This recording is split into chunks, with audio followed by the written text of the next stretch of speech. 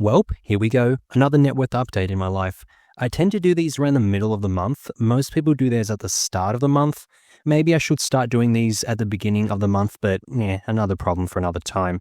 As always, I'll talk about the assets I own, then go into the liabilities I owe, then tally those together to determine my net worth. Asset 1, cash, $35,920.85. Slightly higher than last month, despite working so much. Reason is I cleared off my credit card balance, bought a few more items from eBay for my flipping side hustle, and had some extra housing costs pop up, such as putting up the back fence, some concrete mix, and shit like that. And I also had council rates / property taxes, Botox. A bunch of my more expensive life costs have also popped up in the last month. Asset 2, stonks, $31,581.10, quite a bit down from last time as we've had a nasty sell-off lately. My portfolio is now barely beating the market versus being way up a few weeks ago. RIP. Thankfully, this isn't money that I actually need / rely on. Asset 3, crypto, $1,308.29. Also quite a bit down from last time. Once again, it's good to not be levered into the stock market or crypto market.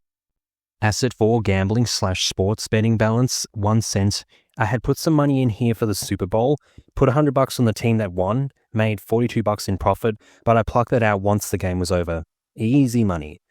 Asset 5, superannuation / my retirement account, $81,361.31. Since my retirement fund is heavily invested into the broad markets, as they sell off, so too does the amount I have in this fund. Asset 6, real estate, $755,000. Realestate.com estimates have my house up 10 grand from last month. However, a real estate agent actually walked through my home the other week and she thinks it's worth a fair bit lower than this. However, I don't quite know her rationale behind it and I didn't get an actual estimate. So if she gave me a proper figure I could use, and as well as given it to me in writing, perhaps my net worth calculations would be roughly 40 to 60 grand lower. But since the website itself gives me a proper figure, I'll go based off that. Asset 7, furniture, $4,920. Why the change from last month? Well, the TV in the games room / second lounge room that I have shut itself, so now I've revalued it for parts. And I've bought a new, second-hand one for $350. Valued it at $200 since it is quite new. Just had a good deal come up from some dude who needed his gone due to an upgrade. So that's why the furniture valuation has changed. Asset 8, business / brand, $500, valued it down due to the lower uploads from me. I'll talk more about this in another video, but I've legit been focusing on everything else in my life more, like giving more effort into other areas and sorting out smaller money-related tasks instead of making YouTube videos. I've also done other things like taking up longer shifts and more shifts, etc., and I've gotten a lot done. However, with that said, I might try a new style of making videos that would allow my upload frequency to drastically increase, but we shall see. Asset 9, items, $13,215. Another change in valuation. Why?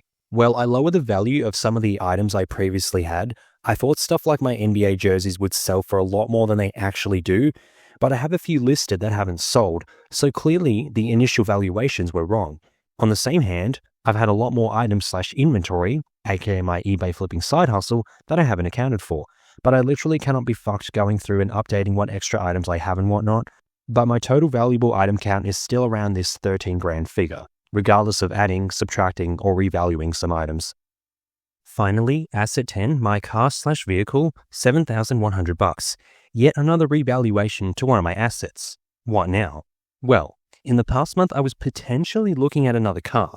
This occupied a lot of my days recently, which is another thing I was referring to earlier with the worry about other stuff versus making YouTube videos. There was potentially a nice arbitrage opportunity in a way to make a profit from my vehicle. Example, buy a cheaper one, sell my current one, make a bit of money for a car with similar mileage / wear and tear, or buy a more expensive car, sell mine, only be down like $2,500 net overall, but have the car with 30,000 plus less kilometers, meaning the $2,500 reduction in cash is offset by like depreciation or mechanical repairs.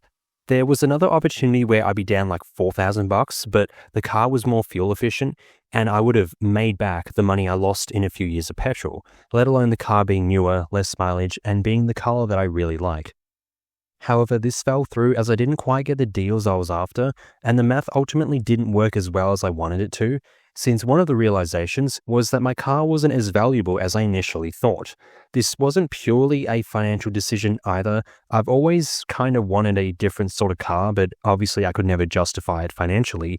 And I wasn't ever that big into cars. I just so happened to stumble across a few decent deals. The main reason I was reluctant to go through with this was the initial depletion of cash. I had just made my future cash projection budget thing. I didn't want to be down $10,000 plus. I prefer to stack my cash in the meantime, so that was a big part of the dilemma too. But it's fine now, the car itch is gone, haven't even thought about a new car since that little phase. But one thing I learned was my car would certainly not sell for $8,400 on the secondhand market. That figure would be closer to $7,100. So tallying up all these assets, we have an asset count of $930,906.56. The only reason it's up is due to the real estate valuation, which you could argue should be lower anyway. This barely an increase in my asset count is very annoying, considering I worked more than like 73 hours per week since the last update, and I only have an extra $3,000 increase in assets. But that's a part of having a lot of your net worth not in cash. It fluctuates with the market, and also other larger expenses showing up in the meantime. Now on to liabilities, which give me the ick. Oh my god, ick! It gives me the ick. Liability 1, credit card, $82.29. It's cleared at the time of writing except for some recent purchases for, once again, my house. Liability 2, car loan, $0. My car may not be as valuable as I thought it was previously, but at least I don't owe anything on it. Liability 3, student debt, $28,837.46. Nothing changed from last time, and the balance on this won't change either until I do my taxes for this financial year. I am not making any repayments towards this unless I have to, since the interest on my mortgage and the overall balance is way higher than the student debt. It makes zero financial sense to pay off my student debt faster when I can pay off my mortgage faster. Liability 4, tax debt, $8,153.46. This is due in about 30 days at the time of writing. Whether I have it paid off by next net worth update or the one after, I'm not sure, but my net worth won't change since I'll be down in assets, but also down in liabilities. I'll just have a nasty hole in my bank account. Liability 5, mortgage, $405,165.69. Slowly, very slowly, this continues to decrease. Liability 6, business loan, $0. Not taking out any loans to grow a business here.